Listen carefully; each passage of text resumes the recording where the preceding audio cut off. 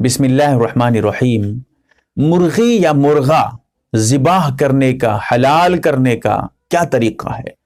صحیح طریقہ اس ویڈیو میں آپ کے سامنے پیش کروں گا، جیسے اعلاء السنن پہ جلد نمبر 17 صفحہ نمبر 277 پہ، البحر الرائق پہ جلد نمبر 8 صفحہ نمبر 305 پہ کچھ باتیں آپ کو مل جائیں گی۔ نمبر 1، ذبح کرنے والا مسلمان ہو، یہ ضروری ہے۔ اگر کوئی غیر مسلم ذبح کرتا ہے، وہ صحیح طریقے سے دعا وغیرہ پڑھ کے ذبح کرتا ہے، کوئی اعتبار نہیں۔ ذبح کرنے والا مسلمان ہو، یہ ضروری ہے۔ اب مسلمان چاہے مرد ہو، چاہے عورت ہو، چاہے سمجھدار بچہ ہو جو نابالغ ہے، ابھی بالغ نہیں ہوا ہے، یا عورت ہے بالغہ نہیں ہوئی ہے لیکن سمجھدار ہے، سمجھتی ہے، سمجھتا ہے، وہ جانتا ہے کیا صحیح کیا غلط ہے، ذبح کیسے کرتے ہیں، یعنی عقل مند ہے، عقل آ چکی ہے، تو ایسی صورت میں یعنی باشعور ہے، ایسی صورت میں اس کی ذبح کا بھی اعتبار کیا جائے گا۔ اگر وہ ذبح کرے تو بالکل جائز ہے، لہٰذا مرد کرے یا عورت ذبح کرے بالکل حلال ہے، کوئی دقت نہیں، لیکن مسلمان ہونا چاہیے۔ یہ تو ذبح کرنے والا۔ جہاں تک پکڑنے والوں کی بات ہے، کوئی مرغے کو پکڑا ہوا ہے، مرغی کو پکڑا ہے، وہ چاہے کوئی بھی ہو، اس سے کوئی دقت نہیں۔ جو کاٹ رہا ہے، حلال کر رہا ہے، اس کا مسلمان ہونا، ٹھیک ہے، دھوکہ نہیں کھائیے گا۔ نمبر 2، ذبح کرنے سے پہلے بسم اللہ یعنی اللہ کا نام لینا۔ بسم اللہ اللہ اکبر۔ یہاں پر ذرا سے ایک پیچیدہ مسئلہ بتا دیتا ہوں۔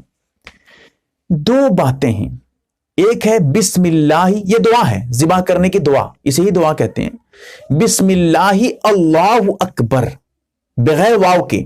ایک ہے بسم اللہ واللہ اکبر، واو ہے بیچ میں۔ دونوں صحیح ہے، دونوں صحیح ہے، کیونکہ کچھ فقہا ایسے ہیں جو کہتے ہیں کہ بیچ میں واو مت لاؤ، ان کی بھی دلیل اپنی جگہ صحیح ہے، واو لانے کو مکروہ قرار دیتے ہیں، لیکن حدیثوں میں دیکھا جائے تو واو بیچ میں موجود ہے، جیسے فتاوی قاسمیہ میں بھی اس کی تفصیل موجود ہے، بہرکیف ایک الگ موضوع ہے۔ تو آپ دونوں طریقے سے کہہ سکتے ہیں، بسم اللہ واللہ اکبر بھی، بسم اللہ اللہ اکبر بھی، لیکن ہاں یہ کہیں گے کب؟ ذبح کرتے کرتے کہیں گے؟ نہیں، ذبح کرنے سے تھوڑی دیر پہلے۔ ایسا بھی نہ ہو کہ آدھا گھنٹہ پہلے بسم اللہ اللہ اکبر بولا تھا پھر آگے ذبح کر رہا ہے، اب اعتبار نہیں۔ تھوڑی دیر جیسے ہی ذبح کرنے جائے گا، چھری لے کے جائے گا، اب پڑھے گا بسم اللہ اللہ اکبر، پھر کاٹے گا۔ اب زبان ہلا کے پڑھنا ہے، دل میں نہیں، دل میں پڑھنے کا کوئی اعتبار نہیں، زبان سے پڑھے گا، زبان ہلے گی، آواز کا نکلنا ضروری نہیں لیکن زبان کا ہلنا ضروری ہے، اس کے بعد پھر ذبح کرے گا۔ ایک مسئلہ اور ہے، یہاں پر بتا دیتا ہوں۔ اگر بسم اللہ پڑھنا بھول گیا، ایسے ہی گیا کاٹ دیا، پھر یاد آیا کہ ارے میں تو دعا نہیں پڑھا تھا، اب کیا ہوگا؟ ایسی صورت میں وہ جانور حلال ہے۔ ہاں، جان بوجھ کر اگر وہ بسم اللہ نہیں پڑھتا ہے قصدن، یا پھر پڑھتا تو ہے زبان ہلتی نہیں ہے، ایسے پڑھتا ہے دل ہی دل میں سوچ لیتا ہے، دل ہی دل میں پڑھنا تو دل میں تھوڑی نہ ہوتا ہے، پڑھنا تو نہیں، دل میں سوچنا ہوتا ہے، دل ہی دل میں پڑھا تھا، زبان سے کچھ بھی الفاظ نہیں نکلے تھے، زبان ہلی بھی نہیں تھی، اس کا بھی کوئی اعتبار نہیں، وہ بھی حرام ہے کھانا، کیونکہ زبان سے ادا کرنا، اللہ کا نام لے کر ذبح کرنا، یہ ضروری ہے، فرض ہے، ورنہ جانور حرام ہو جاتا ہے۔ اور اس کے ساتھ ساتھ یہ بھی سمجھنا ہے، یہ جو بسم اللہ اللہ اکبر پڑھ کے ذبح کریں گے دعا، یہ ایک ہی مرتبہ پڑھنا کافی ہے۔